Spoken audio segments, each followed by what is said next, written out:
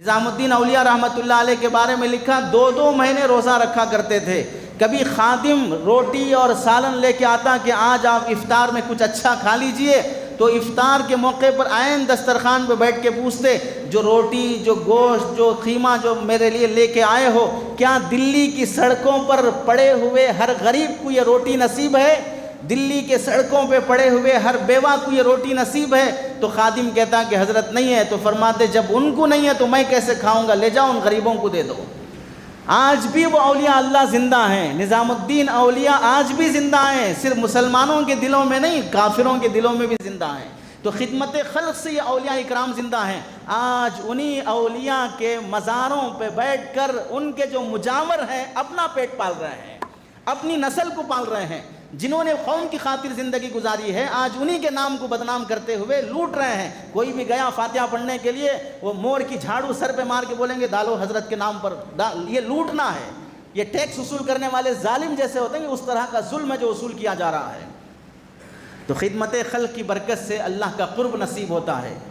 اولیاء اکرام، اسی واسطے ایک حدیث میں آیا ہے الخلق کلہم عیال اللہ، مخلوق ساری کی ساری اللہ کی محتاج ہے۔ فحب الخلق الی اللہ انفعہم لعیالہ، اللہ کے نزدیک سب سے پسندیدہ بندہ وہ ہے جو اپنے بندوں کی خیر خواہی اور بلائی چاہتا ہو۔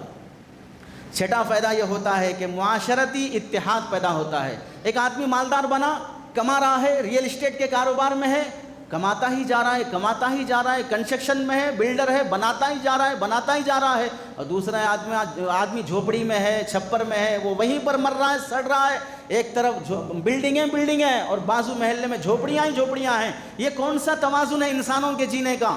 تمہارے اللہ نے اتنی دولت دی ہے، کنسٹرکشن سے، بلڈنگ سے، بزنس سے، ریئل اسٹیٹ سے، تو لینڈ مافیا بننے کے بجائے اس کا کچھ حصہ اپنے پڑوس محلے کے غریبوں پہ خرچ کرو، ان کو جھوپڑیوں سے اوپر اٹھاؤ۔ تم اپنی بلڈنگوں کا ایک فلور کم کرو، ان کو ایک گھر اور چھت اور سایہ ڈال کے دے دو۔ تو معاشرتی اتحاد پیدا ہوتا ہے۔ انسانی اور مسلمانوں کے معاشرے میں ایک بیلنسنگ رہتا ہے کہ یہ معاشرہ ایک مڈل کلاس کا ہے کہ بھئی نہ کوئی زیادہ مالدار اور نہ کوئی بالکل غریب۔ اور آج جو ترقی ہے دنیا کی وہ اسی طرح کی ہے کہ پورے ہندوستان میں، پوری دنیا میں یہ ٹاپ 10 یہ سب سے بڑے لٹیرے ہیں جو پوری دنیا کے مالدار ہیں۔ یہ پورے ہندوستان کے مالدار ہیں، کیا مطلب پورے ہندوستان کے سب سے بڑے لٹیرے ہیں، سب پوری دنیا کی دولت یا ملک کی دولت ان کے پاس ہے۔ جبکہ ہونا یہ چاہیے کہ یہ کوئی ٹاپ 10 میں ہوتا ہی نہیں۔ بڑے مالدار کیا ہے؟ مالداری ہمارے پیسے سے نہیں، مالداری ہمارے سخاوت سے ہے، مالداری ہمارے اخلاق سے ہے۔ تو یہ معاشرتی اتحاد پیدا ہوتا ہے، غریب اور امیر کے درمیان کی دوریاں اور نفرتیں ختم ہوتی ہیں۔